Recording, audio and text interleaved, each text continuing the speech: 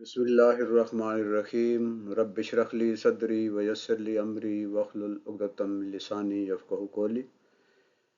قرآن حکیم اللہ کی مبارک کتاب ہے جو اپنی اصل حالت میں ہمارے پاس موجود ہے۔ اس میں کوئی 6,500 سے زائد آیات ہیں۔ ہر آیت اپنے اندر ایک سمندر رکھتی ہے علم کا، عمل کا۔ ان 6,500 سے زیادہ آیات میں سے 89 ایک کم 90 آیات ایسی ہیں جن میں اللہ تبارک و تعالیٰ نے اہل ایمان کو براہ راست مخاطب کیا ہے۔ یا ایھا الذین آمنوا، ہے وہ لوگ جو ایمان لائے ہو۔ ان 89 آیات میں ایک عظیم علم کا اور عمل کا سمندر موجزن ہے۔ یہ کلاس ان آیات کو سمجھنے کے لیے منعقد کی جا رہی ہے۔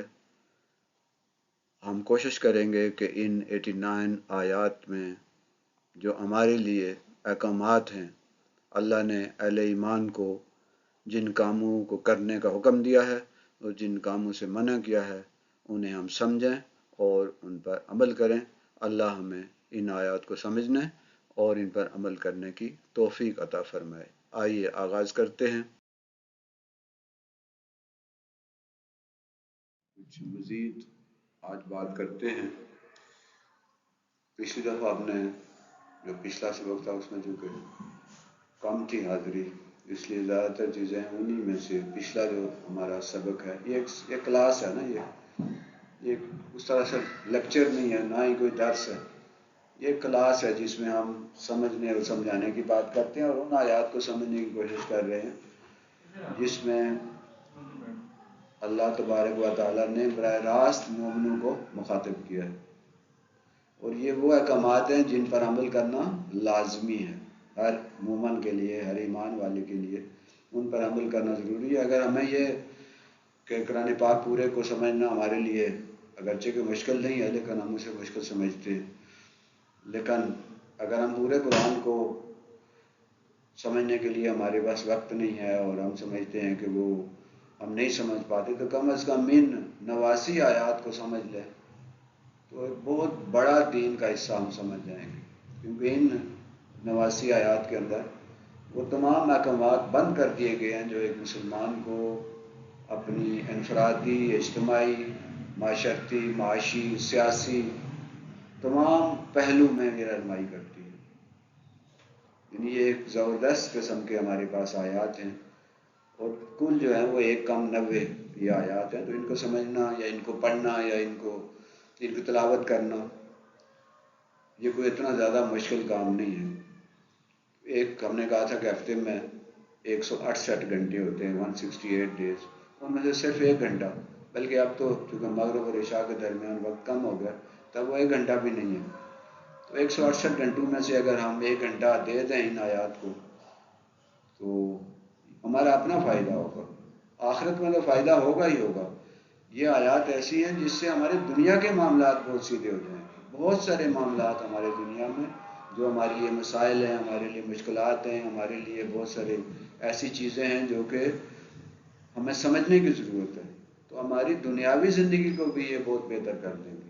ہماری خاندانی زندگی، ہماری معاشی زندگی، ہمارے جتنے معاملات ہیں، سیاسی معاملات ہیں، معاشی معاملات ہیں، ان تمام کو یہ آیات احاطہ کرتی ہیں۔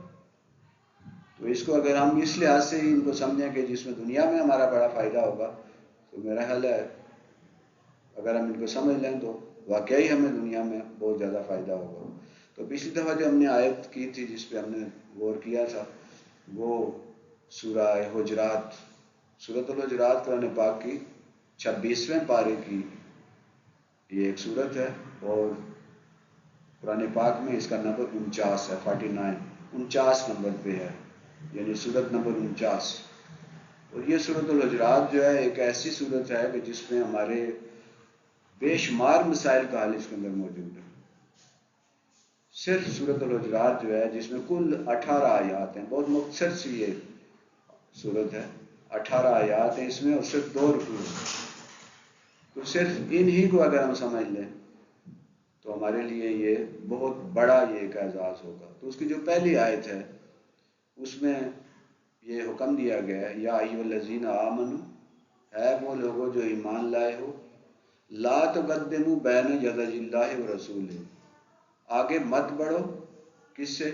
اللہ اور اللہ کے رسول سے، واتقوا اللہ، اور اللہ کی پرہیزگاری اختیار کرو، اللہ سے ڈرو، ان اللہ سمیع علیم، اللہ سننے والا، سمیع بہت گہرائی تک سننے والا، عام سننے والا نہیں، عام سننے والے کو سامع کہتے ہیں، سننے والا، جیسے آپ میری بات سن رہے ہیں تو آپ سامع ہیں۔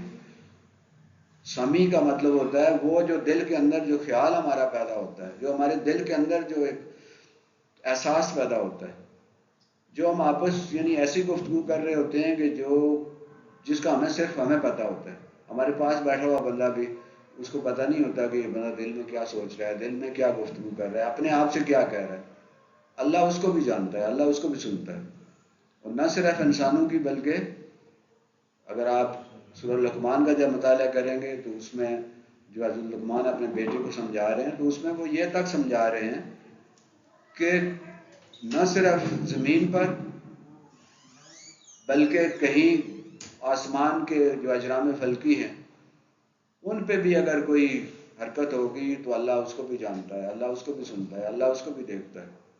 تو اللہ پوری کائنات جو ہے اس کا سننے والا ہے، نہ صرف انسانوں کا بلکہ تمام چرند پرند، زندہ اور بے جان۔ اب تو بے شمار ایسے بے جان جن کو ہم سمجھ رہے ہوتے ہیں وہ بھی پتہ چلتا ہے کہ ان کے اندر بھی کوئی زندگی کے آثار ہیں۔ تو اللہ سمیع ہے، یعنی بہت گہرائی تک جانتا ہے، بہت گہرائی تک سنتا ہے، سرگوشی تک سنتا ہے، دل میں پیدا ہونے والے خیال کو بھی سنتا ہے۔ اور علیم، عالم کہتے ہیں بہت زیادہ جاننے والے کو، اور علیم اس سے بھی بڑا جاننے والا، یعنی بہت زیادہ جاننے والا اللہ جو ہے وہ علیم ہے، بہت زیادہ جاننے والا ہے، پوری کائنات کا اسے علم ہے۔ خود انسان کے اندر ایک پوری کائنات ہے، انسان تو اپنے آپ کو نہیں سمجھ پا رہا، اور یہ کائنات کتنی وسیع ہے اس کا اندازہ جو ہے اس سے کیا جا سکتا ہے کہ جب سے یہ دنیا بنی ہے، جب سے یہ کائنات بنی ہے، بہت سارے ایسے اجرام ہیں یا بہت سارے ایسی کہکشائیں ہیں اور بہت سارے ایسے اجرام فلکی ہیں جن کی روشنی آج تک زمین تک نہیں پہنچ سکی، اور روشنی کی رفتار ہوتی ہے 3,00,000 کلومیٹر فی سیکنڈ، 3,00,000 کلومیٹر فی سیکنڈ روشنی کی رفتار سے وہاں سے روشنی چلی ہے، اور آج تک اتنی صدیاں گزر گئی ہیں، اتنے سینکڑوں سال گزر گئے ہیں، اتنے ہزار سال گزر گئے ہیں، وہ روشنی آج تک نہیں پہنچ سکی زمین پر۔ اتنی وسیع کائنات ہے، تو اللہ اس ساری کائنات کے ایک ایک ذرے کو جانتا ہے۔ تو فرمایا گیا کہ اللہ اور اللہ کے رسول سے آگے مت بڑھو۔ کیا مطلب؟ کہ اللہ اور اللہ کے رسول نے جو قانون دیا ہے، اللہ اور اللہ کے رسول نے جو اصول بتائے ہیں، اللہ اور اللہ کے رسول نے جو ہمیں احکامات دیے ہیں ان سے آگے نہ بڑھو۔ وہ جتنا حکم آپ کو ملا ہے بس اتنا ہی کرو، جائز کاموں میں بھی آگے بڑھنے کی اجازت نہیں ہے۔ اگر صبح کی 2 رکعت ہے، ایک بندہ کہتا ہے نہیں میں ذرا زیادہ عبادت کرنا چاہتا ہوں، صبح ویسے بھی موڈ بندے کا ہوتا ہے کہ ذرا عبادت زیادہ کی جائے، وہ کہتا ہے نہیں میں نے 2 فرض کے بجائے 3 فرض پڑھنے ہیں یا 4 فرض پڑھنے ہیں، ان باقی 2 اضافی رکعتوں میں کیا پڑھے گا؟ اللہ کو یاد کرے گا، اللہ کی تسبیح بیان کرے گا، اللہ کی حمد و ثنا بیان کرے گا، لیکن وہ 2 کے بجائے 4 رکعت جو پڑھی ہیں وہ بجائے اس کے کہ اس کے لیے ثواب کا باعث بنے، الٹا اس کے لیے عذاب کا باعث بن جائیں گے۔ یعنی وہ جو 2 اس نے اضافی کی ہیں رکعت، اس کی نماز قبول نہیں ہوگی، اس کے منہ پہ دے ماری جائے گی۔ کیوں؟ کہ وہ اللہ اور اللہ کے رسول کے بتائے ہوئے طریقوں کے مطابق اس نے نہیں پڑھی۔ 2 سجدوں کے بجائے ایک بندہ کہتا ہے میں 3 سجدے کر لوں، نہیں کر سکتا۔ یہ اللہ سے آگے بڑھنے کا، اللہ اور اللہ کے رسول سے آگے بڑھنے کا یہ ایک طرح کا کام ہوگا۔ تو یہ جائز کاموں میں اگر ہمیں اجازت نہیں ہے آگے بڑھنے کی، تو جو ناجائز کام ہیں ان میں کہاں بڑھنے کی اجازت ہوگی؟ بے شمار کام ہم ایسے کرتے ہیں، ہمیں معلوم ہوتا ہے کہ اللہ اور اللہ کے رسول نے یہ اس کا حکم نہیں دیا، لیکن ہم کرتے ہیں۔ ہمارے عام رسومات میں دیکھیں، شادی بیاہ ماتم مر کے معاملات میں دیکھیں، ہم اپنی ناک اور اپنی عزت اور اپنا تعلقات بچانے کے لیے کس طرح اللہ اور اللہ کے رسول کے احکامات کی ترجیحاں بکھیرتے ہیں، کس طرح ان احکامات سے آگے بڑھتے ہیں۔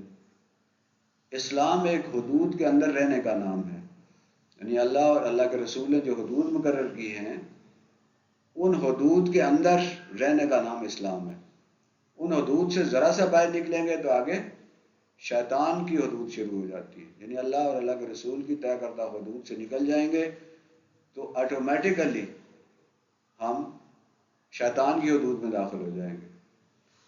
تو اس لیے ہمیں اپنے ذاتی معاملات میں، اپنے اجتماعی معاملات میں، دین کے معاملات میں اگر ہمیں اجازت نہیں ہے کہ ہم آگے اللہ کے احکامات کی خلاف ورزی نہیں کر سکتے۔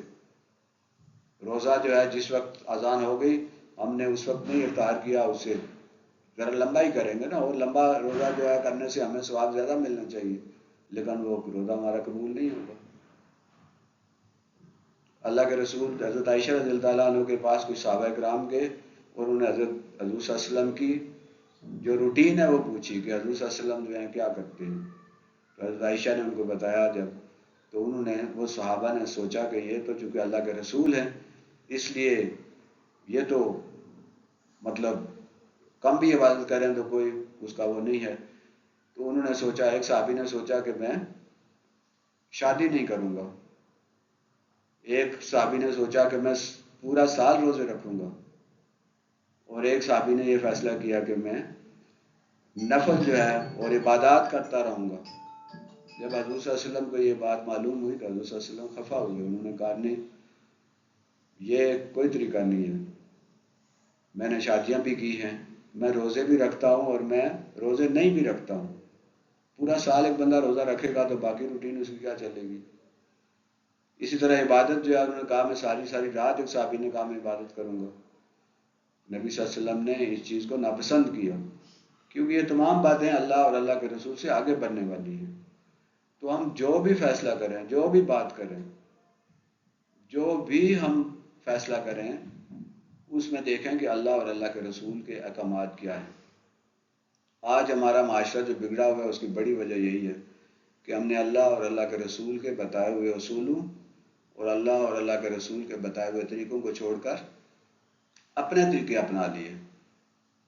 سود اللہ کے رسول نے منع کیا، اللہ اور اللہ کے رسول نے کہا کہ یہ سود گویا کہ اللہ کے خلاف جنگ کرنا ہے، اور ہم جنگ کر رہے ہیں۔ پھر ہم کہتے ہیں ہماری معاشیات صحیح نہیں چل رہی، ہمارے معاشی معاملات ٹھیک نہیں چل رہے، ہم غریب ہوتے جا رہے ہیں۔ وقت کا استعمال ہی اگر آپ دیکھ لیں کس طرح جو ہے ہم اللہ اور اللہ کے رسول کے احکامات کی خلاف ورزی کرتے ہوئے 24 گھنٹوں کا اگر ہم مشاہدہ کریں تو 24 گھنٹوں کے اندر ہم اللہ کے کام کے لیے، اللہ کے رسول کے احکامات کے مطابق کتنا چلتے ہیں۔ 24 گھنٹوں میں سے 1 گھنٹہ نماز میں ہم لگا لیتے ہیں اور باقی 23 گھنٹے کس طرح گزرتے ہیں ہمارے۔ تو جو بھی معاملہ ہمارے سامنے آئے، جو بھی فیصلہ کرنا ہو، چاہے اس میں ہمارا اپنا نقصان ہی کیوں نہ ہو، ہمیں وہ ناپسند ہی کیوں نہ ہو، ہم نے یہ دیکھنا ہے کہ اللہ اور اللہ کے رسول کا حکم کیا ہے۔ لیکن اس کے لیے یہ بھی ضروری ہے نا کہ ہمیں یہ بھی معلوم ہو کہ اس معاملے میں اللہ اور اللہ کے رسول کا حکم کیا ہے۔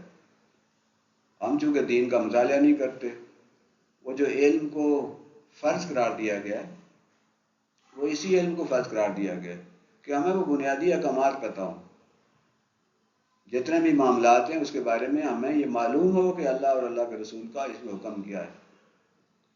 جیسے سڑک پہ جا رہے ہیں اور وہاں ون وے جو ہے اس کی خلاف ورزی وہاں لکھا ہوا نہیں ہے، یا آپ کو پتہ نہیں ہے کہ ون وے کی خلاف ورزی، یہاں ون وے، یہاں سے ہم اندر نہیں جا سکتے، آپ چلے جاتے، آپ کا چالان ہو جاتا ہے، آپ کہتے ہیں مجھے پتہ نہیں تھا، تو کیا معافی مل جائے گی؟ وہ ٹریفک والا کہے گا نہیں چونکہ آپ کو پتہ نہیں تھا لہذا ہم آپ کو معاف کرتے ہیں۔ ریڈ سگنل آن ہے اور ہم گزر گئے ہیں اور ٹریفک والے ہمیں روک لیتے ہیں اور چالان کرتے ہیں، ہم کہتے ہیں ہم نے دیکھا نہیں، ہمیں پتہ نہیں تھا، تو کیا ہمیں وہ معاف کر دیں گے؟ بنیادی اصول یہ ہے کہ قانون کا علم نہ ہونا قانون سے معافی نہیں دلاتا۔ اس طرح تو کل ایک بندہ کہے گا، کسی بندے کو گولی مار کے کہے گا مجھے تو نہیں معلوم تھا کہ گولی قتل کرنے سے سزا جو ہے پھانسی ہوتی ہے۔ تو یہ جو ہے نا ایک بنیادی اصول ہے کہ جی مجھے قانون کا علم نہیں تھا، اس پہ سزا معاف نہیں ہوتی، سزا دی جاتی ہے۔ دنیاوی قانون کا بھی یہ اصول ہے کہ آپ کو اگر کسی قانون کا علم نہیں ہے اور آپ نے اس کی خلاف ورزی کی ہے تو آپ کو سزا ملے گی. اسی طرح اللہ کے قوانین جو ہیں یہ ہمیں یہ اعتراض ہم نہیں کر سکتے کہ جی ہمیں تو پتہ نہیں تھا. ہم نے ایم ایس سی کر لی، پی ایچ ڈی کر لی، ہم نے دنیا کے معاملات میں تو ہر چیز ہمیں پتہ ہے. اگر نہیں پتہ تو ہمیں اللہ کے قانون کا نہیں پتہ، بنیادی فقہ جو ہے اس کا نہیں پتہ، بنیادی جو ہمارے مسائل ہیں نماز روزے کے، نماز روزوں کے بارے میں تو ہمیں پھر بھی کچھ نہ کچھ ہم تھوڑے سے کانشیس ہوتے ہیں اور ان کے بارے میں سیکھنے کی کوشش کرتے ہیں. لیکن مسجد سے باہر نکل کے ہم نے وہ گناہ اور ثواب کا جو تصور ہے نا وہ بالکل بدل کے رکھ دیا. بالکل ہی ہم نے مطلب آپ راستے میں گند پھیلاتے جا رہے ہیں، کیلا کھایا آپ نے چھلکے ادھر ہی پھینک لیے، کوئی بندہ آیا اور گرا وہاں سے اس کو زخمی ہو گیا. پتہ نہیں قیامت کے دن ہمارے عمالنامہ میں کتنے قتل اور کتنے زخمی اور کتنے وہ ظلم لکھے ہوں گے جو ہمیں پتہ ہی نہیں ہوگا. کیوں؟ ہم نے وہ کیلا کھا کے چھلکا پھینک دیا، کوئی بندہ گرا اور اس کو تکلیف پہنچی تو وہ تو ہمارے کھاتے میں تو لکھا گیا نا. تو گناہ اور ثواب کا وہ تصور جو ہے نا ہم نے، ہمارا یہ المیہ ہے کہ ہم نے مسجد کے اندر تو ہم بہت ادب کرتے ہیں، اللہ کا بھی، اللہ کے احکامات کا بھی، بچوں کو اونچی آواز میں نہیں بولنے دیتے، ہم خود کوئی ایسی حرکت نہیں کرتے مسجد کے اندر. مسجد کے باہر نکل کے ہمیں کوئی احساس نہیں ہوتا. فرش صاف ہو رہے ہیں اور پانی جو ہے گلی میں جا رہا ہے اور لوگ نمازی گزر رہے ہیں، بوڑھے گزر رہے ہیں، بچے گزر رہے ہیں، ان کے کپڑے خراب ہو رہے ہیں، اپنا گھر صاف کر رہے ہیں اور گلی گندی کر رہے ہیں، پانی ضائع کر رہے ہیں. اللہ کے رسول نے کہا اگر تم دریا کے کنارے بھی ہو تو پانی ضائع نہ کرو. وضو کے لیے پانی صحابہ کرام جو ہیں وہ استعمال کر رہے تھے تو آپ نے اس کو ناپسند کیا کہ آپ پانی نہر کے کنارے، دریا کے کنارے، تو حضور نے ناپسند کیا اسے کہ پانی ضائع ہو رہا ہے. تو انہوں نے کہا یہ تو دریا بہہ رہا ہے. انہوں نے ناپسند کیا کیونکہ پھر ایک عادت بن جاتی ہے ہماری. وہ مسجد میں کھلی ہوئی ہے ٹوٹی اور ہم بیٹھ کے جو ہے گپے لگا رہے ہیں اور پانی بہتا جا رہا ہے. یہی حال گھر میں ہے. وہ جو نہانے کے لیے یا وضو کے لیے ہم کتنا پانی ضائع کر دیتے ہیں. تو مطلب ان معاملات میں بھی اگر ہم اللہ اور اللہ کے رسول کے احکامات کو دیکھیں کہ کیا احکامات ہیں تو ہمارے سارے معاشرتی مسائل بھی حل ہو جاتے ہیں. اللہ کے رسول کے کیا احکامات ہیں. اور اسی طرح سورہ محمد جو ہے اس کی ایک آیت ہے، یا ایھا الذین آمنوا اطیعوا اللہ واطیعوا الرسول ولا تبطلوا اعمالکم. ہے ایمان والو، اللہ اور اللہ کے رسول، اللہ کی اطاعت کرو اور اللہ کے رسول کی اطاعت کرو اور اپنے اعمال ضائع نہ کرو. اعمال ضائع کرنا بعض اوقات ہوتا ہے نا، وہ جو میتھ میں ملٹی پلائڈ بائی زیرو، صفر سے بڑی رقم کو صفر سے ضرب دیں تو جواب صفر آ جاتا ہے. اس طرح ہمارے بہت سارے کام ایسے ہیں کہ ہماری نمازیں، روزے، حج، زکوٰۃ سب کچھ ملٹی پلائڈ بائی زیرو. سورۃ الحجرات میں یہ ایک آیت ہے جس میں نبی صلی اللہ علیہ وسلم کی آگے چل کے ہم دیکھیں گے، جس میں نبی صلی اللہ علیہ وسلم کے بارے میں کہا گیا ہے کہ اگر آپ نے ان کے سامنے اونچی آواز میں بات کی، گویا کہ جیسے آج ہم کوئی حدیث یا قرآن کی کہیں تلاوت ہو رہی ہو اور ہم اس کو سن نہیں رہے اور اپنی جو ہے نا وہ کوئی پروگرام لگایا ہوا ہے، تو فرمایا گیا کہ تمہارے اعمال ضائع ہو جائیں گے اور تمہیں شعور بھی نہ ہوگا. ولا تشعرون، تمہیں شعور بھی نہ ہوگا، تمہیں پتہ بھی نہیں چلے گا. اور یہ بڑی خطرناک بات ہے. مطلب جب بندہ کوئی بیمار ہوتا ہے، اس کے اندر کوئی بیماری ہوتی ہے اور اس کو پتہ چل جاتا ہے کہ یہ بیماری ہے تو اس کو اس بیماری کے علاج کے لیے وہ کوشش کرتا ہے. لیکن ایسی بیماری ہے جس کا اسے شعور ہی نہیں ہے، جس کا اسے احساس ہی نہیں ہے، جس کے بارے میں اس کو پتہ ہی نہیں ہے. یہ میں کہتا ہوں جو انسان کے جسم میں مختلف درد ہوتے ہیں، یہ درد جو ہے اللہ کی نعمت ہے. اگر درد نہیں ہوتا تو کیا ہوتا ہے؟ بندہ اس سے لاپرواہ ہو جاتا ہے. اور بیماری ایسی ہوتی ہے جس میں اگر درد نہ ہو تو پھر وہ بیماری اس حد تک پھیل جاتی ہے کہ پھر وہ لاعلاج ہو جاتی ہے. تو جب ہمارے یہ شعور ہی نہ ہو کہ ہمارے اعمال ضائع ہو گئے ہیں، ہمیں معلوم ہی نہ ہو، ہم سمجھیں گے کہ ہمارا بہت بڑے بڑے اعمال ہیں اور ہمارے اعمال نامے میں بڑی نیکیاں اور بڑی بہت زیادہ جو ہیں وہ اعمال لکھے ہوئے ہیں اور اللہ ہمیں آخرت میں اجر دے گا، اس کا اس کے بدلے میں ہمیں جنت ملے گی. لیکن ایسے اعمال جو ہمارے سارے دوسرے اعمال کو کیا کریں گے؟ کھا جائیں گے، صفر سے ضرب دے دیں گے، نتیجہ جو ہے وہ صفر آ جائے گا۔ تو اللہ اور اللہ کے رسول سے اسی فرمایا گیا کہ اپنے اعمال کو ضائع مت کرو۔ ضائع کیسے ہوں گے؟ اللہ اور اللہ کے رسول کے احکامات نہ مان کر، اپنی مرضی کر کے۔ وہ ہم کرتے ہیں نا، لیکن مگر پتہ بھی ہوتا ہے ہمیں، جیسے شادی بیت کے معاملات میں ہم ایسا کرتے ہیں۔ ایک محفل میں بیٹھے ہوئے تو وہاں ایک بندے نے بڑی اچھی بات کی، اس نے کہا انسان 3 موقعوں پہ VIP ہوتا ہے، اس کو بہت اہمیت دی جاتی ہے۔ 3 موقع ہوتے ہیں، ایک جب پیدا ہوتا ہے VIP ہوتا ہے، سارے خوشیاں منا رہے ہوتے ہیں، بڑے سارے خوش ہو رہے ہوتے ہیں۔ ایک جب مرتا ہے تو اس وقت VIP ہوتا ہے کہ سارے جو ہے نا اس کی وہ کیئر کر رہے ہوتے ہیں، اس کا جنازہ اور اس کے سارے معاملات، اور بڑی اس میں احتیاط کی جاتی ہے، اور بڑا VIP پروٹوکول اس کو دیا جاتا ہے۔ اور تیسرا موقع ہوتا ہے جب بندے کی شادی ہوتی ہے، تو وہ بندہ کہنے لگا یہ 2 موقع جو ہے نا، پیدائش اور موت، یہ تو انسان کے اختیار میں نہیں ہے، یہاں جو کچھ اس کے ساتھ ہو رہا ہوتا ہے اس کے اپنے اختیار میں نہیں ہوتا۔ ایک موقع ہوتا ہے وہ شادی کا جب بندے کے اپنے اختیار میں ہوتا ہے، اور وہ موقع ہم ضائع کر دیتے ہیں۔ کس کے لیے؟ رشتہ داروں کے لیے، مختلف تعلقات کے لیے، اپنی ناک اونچی کرنے کے لیے، حالانکہ نقصان بھی اپنا کر رہے ہوتے ہیں۔ بے شمار ایسے لوگ ہوتے ہیں جو غریب ہوتے ہیں، بیچاروں کے پاس آمدنی کے اتنے ذرائع نہیں ہوتے، لیکن بیٹے اور بیٹی کی شادی ہے تو قرض لے کے، ادھار لے کے، مانگ کے وہ موقع جو ہے اس کو ضائع کر دیتے ہیں۔ جو کارڈ شادی کا چھپتا ہے نا، اسی پہ آپ دیکھ لیں کتنا خرچہ آتا ہے۔ اور مزے کی بات یہ ہے، ہم کہتے ہیں انگریزی انگریزی انگریزی کے خلاف ہم نعرے لگاتے ہیں، ہم کہتے ہیں ہمارا جو سسٹم ایجوکیشن اردو ہونا چاہیے۔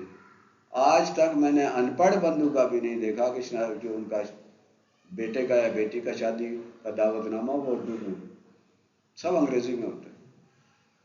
ان پڑھ بندہ ہے جسے خود انگریزی نہیں آتی، اردو بھی نہیں پڑھنی آتی، لیکن کارڈ جو ہے انگلش میں لکھا ہوا، آپ کو دعوت دے رہا ہے انگلش میں۔ وہ تو کسی اسرائیل نے، نہ امریکہ نے، نہ برطانیہ نے، نہ کسی نے یہ نہیں کہا نا کہ بھئی اس کو آپ انگلش میں ہی لکھو۔ تو جو چیزیں ہمارے اختیار میں ہوتی ہیں ان کو بھی ہم کیا کرتے ہیں؟ اپنے حدود، اللہ اور اللہ کے رسول کے حدود کو توڑنے کے لیے اپنے اعمال ضائع کر دیتے ہیں۔ تو فرمایا گیا کہ جب اللہ اور اللہ کے رسول کی اطاعت نہیں کریں گے تو گویا اعمال اپنے آپ نے سارے ضائع کر دیے۔ مسجد میں ہم اس کا خیال رکھتے ہیں، امام صاحب سے ایک لمحہ پہلے آپ نے رکوع کر لیا، پہلے سجدہ کر لیا، 1 سیکنڈ پہلے سلام پھیر لیا، امام صاحب نے ابھی السلام علیکم نہیں کہا، سلام نہیں پھیرا، اور آپ نے پھیر دیا 1 سیکنڈ پہلے، نماز ساری باطل ہو گئی۔ ایک لمحہ پہلے رکوع کر لیا، ساری نماز باطل ہو گئی۔ تکبیر تحریمہ ابھی امام صاحب نے نہیں کہی اور ہم نے کہہ دی تو نماز تو نہیں ہوگی۔ امام سے پہلے تو آپ تکبیر تحریمہ نہیں کر سکتے، رکوع نہیں کر سکتے، سجدہ نہیں کر سکتے۔ مسجد میں ہم پورا اہتمام کرتے ہیں، تو مسجد سے باہر نکل کے پتہ نہیں کیا ہو جاتا ہے، وہاں ہمارے ثواب اور عذاب اور گناہ اور باقی معاملات کے بالکل کلیے مختلف ہو جاتے ہیں۔ یہ ہندو میں تو عیسائیت میں ہے کہ ان کا خدا، ہندوؤں کا خدا صرف مندر میں ہوتا ہے، عیسائیوں کا خدا صرف گرجے میں ہے، مسلمانوں کا خدا مسجد میں ہی نہیں ہے، باہر بھی ہے، گلی میں بھی ہے، دکان پہ بھی ہے، دفتر میں بھی ہے، کلاس میں بھی ہے، پریزیڈنسی میں بھی ہے، پارلیمنٹ میں بھی ہے، عدالت میں بھی ہے، ہر جگہ پہ موجود ہے۔ لیکن مسجد کے اندر تو ہم پورا اہتمام کرتے ہیں کہ ہمارا اللہ ہمیں دیکھ رہا ہے، باہر نکل کے پتہ نہیں ہمیں کیا ہو جاتا ہے، بھول جاتے ہیں ہم وہ۔ اور اس میں دیکھا نا وہ جو سورۃ ماعون ہے، اس میں باقیوں کے لیے نہیں کہا گیا، کیا کہا گیا؟ ویل للمصلین، نمازیوں کے لیے تباہی ہے۔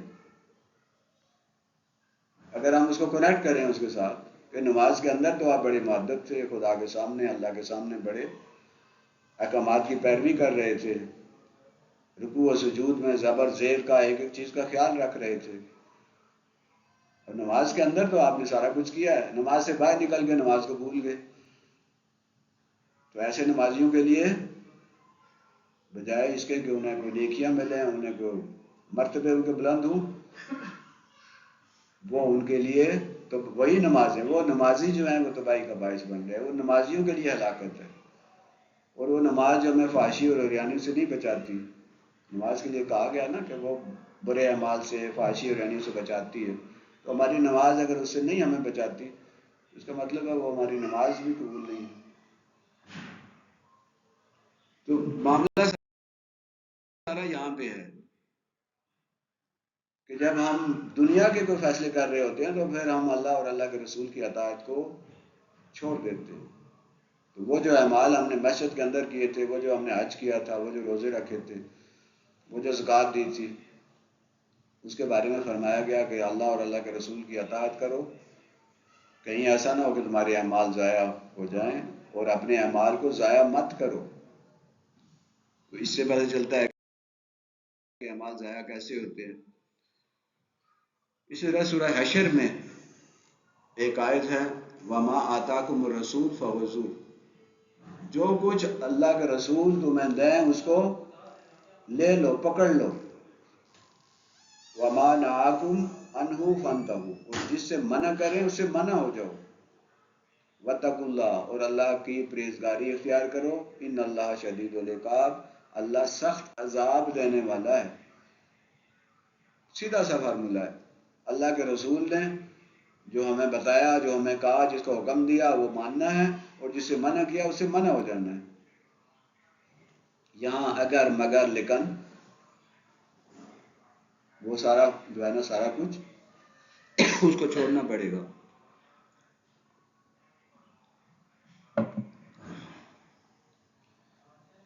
اور اس لحاظ سے مسلمان بڑے خوش قسمت ہیں کہ اللہ کے رسول نے ہمیں ایک ایک چیز کے بارے میں رہنمائی کی ہے۔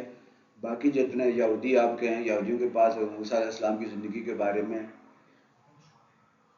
کوئی جو ہے وہ نہیں ہے، تفصیل نہیں ہے۔ عیسائیوں کے بعد عیسیٰ علیہ السلام کی زندگی کے بارے میں کوئی تفصیل نہیں ہے۔ 30 سال کی عمر میں عیسیٰ علیہ السلام نے نبوت کا، بچپن کا ان کا ہے کہ وہ ماں کی پیدا ہوئے، ماں کی گود میں بولے، اس کے بعد درمیانی زندگی کیسے گزری کوئی پتہ نہیں۔ 30 سال کی عمر میں انہوں نے نبوت کا اعلان کیا، اور 33 سال کی عمر میں یہودی اور عیسائیوں کے مطابق تو ان کو پھانسی دے دی گئی۔ ہمارے مطابق ہمارا ایمان ہے کہ ان کو زندہ آسمانوں پر اٹھا لیا گیا۔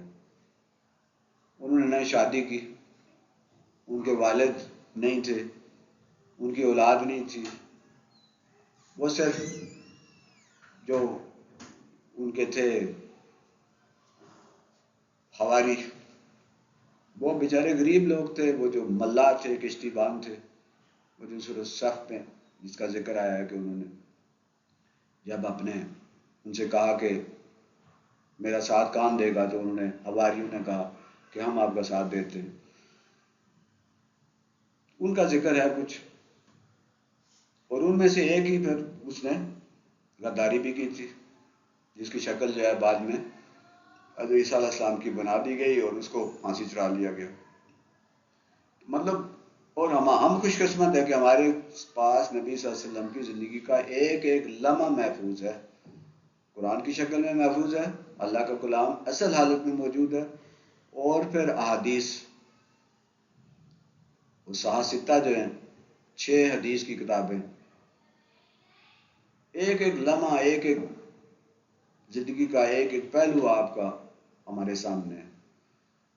چلتے کیسے تھے، کھانا کیسے کھاتے تھے، ان کی اپنی ازواج کے ساتھ تعلقات کیسے تھے، ہمسایوں کے ساتھ تعلقات کیسے تھے، لین دین کیسے کرتے تھے، کاروبار کیسے کرتے تھے، جنگ و غزوات کے جو قوانین ہیں ان پہ کیسے عمل کرتے تھے، مال غنیمت تقسیم کیسے کرتے تھے، حکومت کا نظام جو ہے وہ کیسے چلاتے تھے، بحیثیت سیاستدان کیسے تھے، بحیثیت جو ہے وہ ایک جرنیل کمانڈر ان چیف کے وہ کیسے تھے، بحیثیت ایک بیوروکریٹ وہ کیسے تھے، بحیثیت ایک قاضی، سپریم کورٹ کے چیف جسٹس وہ کیسے تھے۔ زندگی کا کوئی پہلو ایسا نہیں ہے جو ہمارے سامنے نہ ہو، صرف ہمارے پاس وقت نہیں ہے کہ ہم اس کا مطالعہ کر سکیں۔ تو جو اللہ کا رسول نے ہمیں کہا ہے کہ یہ ایسے ہے تو ویسے ہی ہے، اس میں عقل دوڑانے کی ضرورت نہیں ہے. ویسے عقل دوڑائیں تو بھی ہمیں پتہ چلتا ہے کہ اس میں ہمارا ہی فائدہ ہے اور باقاعدہ عقلی دلیل موجود ہے. لیکن ہم اس کے لیے کوئی سائنسی اور عقلی دلیل نہیں ڈھونڈیں کہ اللہ کے حکم رسول کے حکم کے بارے میں کہ اللہ کا یہ رسول کا یہ حکم ہے تو اس کے پیچھے ہمارے سائنسی دلیل کیا ہے, ہمارے پاس علم کیا کہہ رہا ہے, جدید ٹیکنالوجی کیا کہہ رہی ہے. ان چکروں میں پڑھیں گے تو پھر ثابت ہو جائے گا اس کے لیے, لیکن اس کے لیے اتنا علم بھی چاہیے. قرآن جہاں ہے یا حدیث جہاں پر پہنچی ہے نا, سائنس اور دنیاوی علم ابھی وہاں نہیں پہنچا. قرآن پہلے زمانے میں سائنس یہ کہتی تھی کہ سورج ساکن ہے اور زمین اس کے گرد گھوم رہی ہے, جبکہ سورہ یاسین میں کہا گیا ہے کہ سورج جو ہے وہ بھی حرکت کر رہا ہے. اب دنیا مان رہی ہے کہ نہیں, سورج بھی متحرک ہے, گلیکسی پوری گھوم رہی ہے, کائنات پوری گھوم رہی ہے. تو سائنس ابھی بے شمار معاملات آیات ایسی ہیں کہ جن تک سائنس ابھی نہیں پہنچی. تو اگر ہمیں کوئی چیز سمجھ نہ آئے تو اس کا مطلب یہ ہے کہ بھئی وہ ابھی سائنس کی اپروچ وہاں نہیں ہے. اور بہت سارے معاملات ہیں جس میں وہ کل تک وہ ان آیات کو لوگ سمجھتے تھے کہ یہ صحیح نہیں ہے, واضح نہیں ہے.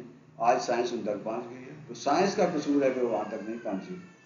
تو سیدھا سا اصول یہ ہے کہ اللہ کا رسول جو ہمیں حکم دیتے ہیں اس پہ عمل کرنا ہے, اور جس سے منع کرتے ہیں اس سے منع ہو جانا ہے.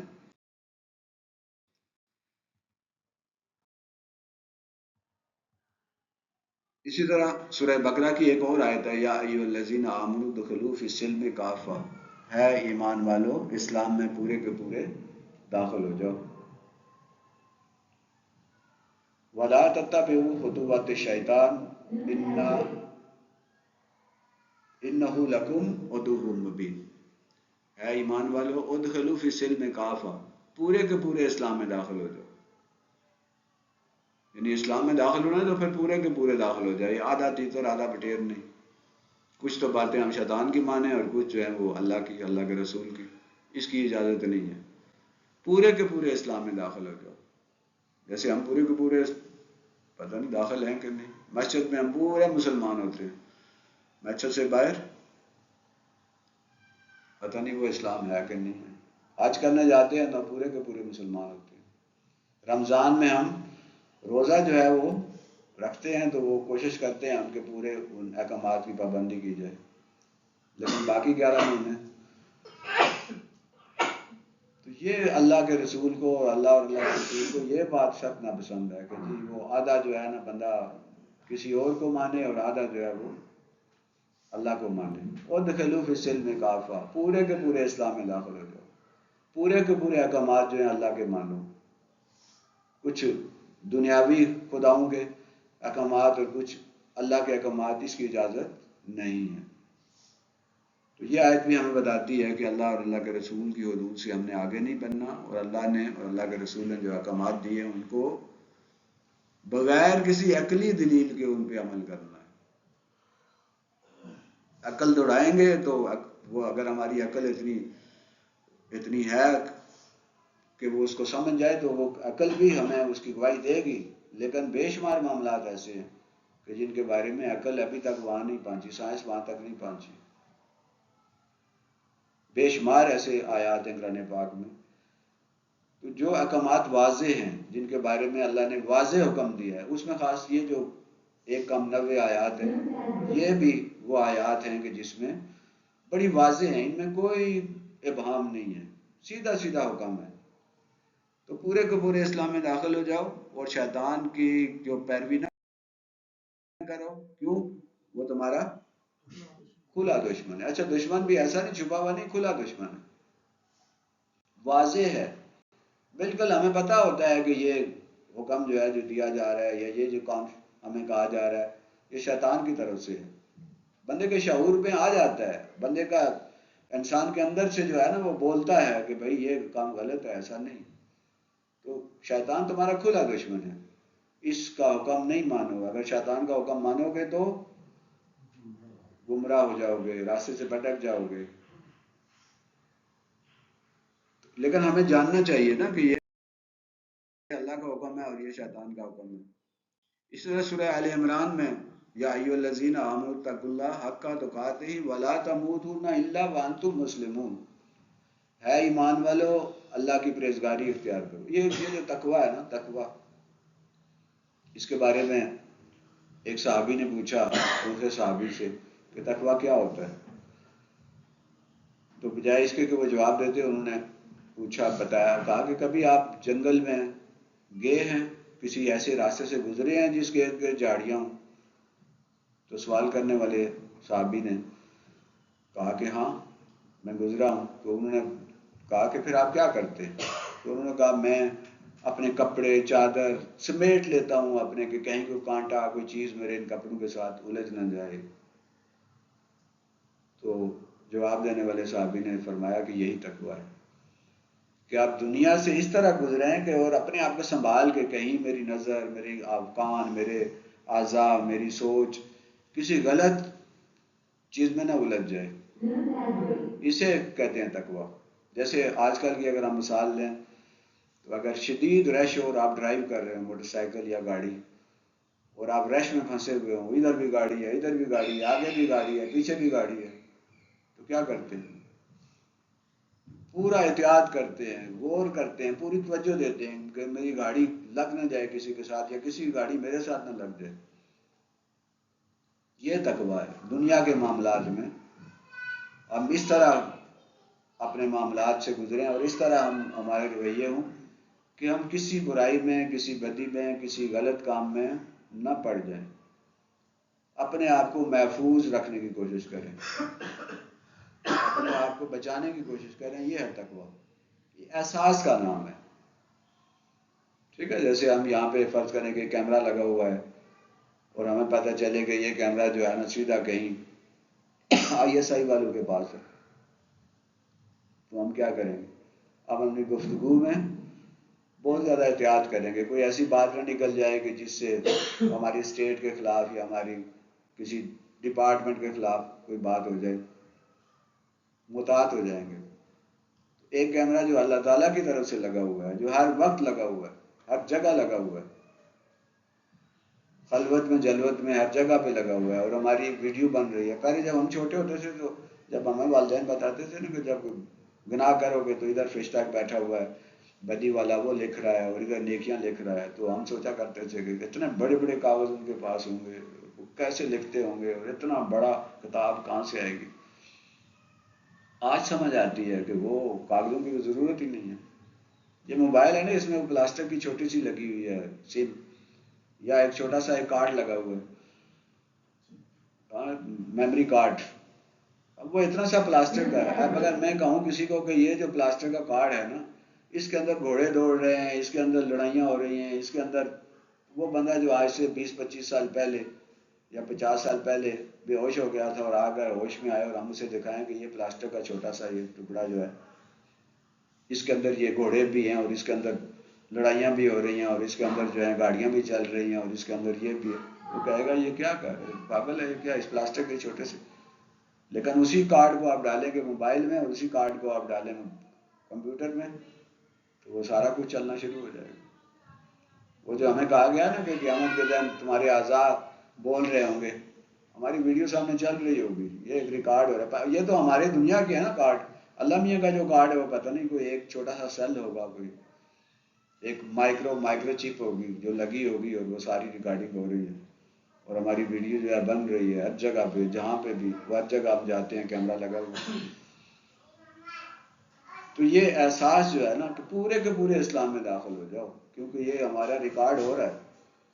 ادخلوا فی السلم کافہ، ایک بندہ فوج میں ہے، بڑا اچھا اس نے پوری سروس کی ہے، بڑے عہدے پہ پہنچا ہے، ہمارے سامنے موجود ہیں ایسے مثالیں، میجر جنرل تک کے عہدے، لیفٹیننٹ جنرل تک کے عہدے دار جو ہیں، وہ پورے سروس ان کی بڑی زبردست ہے، بڑی خدمات ہیں ان کی، بڑی جنگیں بھی انہوں نے لڑی ہیں پاکستان کے لیے، بڑی محب وطن کا مظاہرہ بھی کیا ہے، لیکن ایک موقع پہ وہ پکڑے گئے، جیسے جنرل ظہیر الاسلام صاحب جو ہیں جو فوت ہو چکے، وہ بریگیڈیئر مستنصر صاحب، مطلب کتنی ان کی زبردست سروس تھی، یا آج کل ہمارے جو جنرل صاحب زیر اطاعت ہیں، پوری زندگی فوج میں گزری اور بہت خدمات ہیں، لیکن ایک لمحے کے لیے وہ پکڑے گئے کہ وہ ایسا کام کر رہے تھے جو رولز ریگولیشن کے خلاف تھا، تو وہ ساری سروس گئی،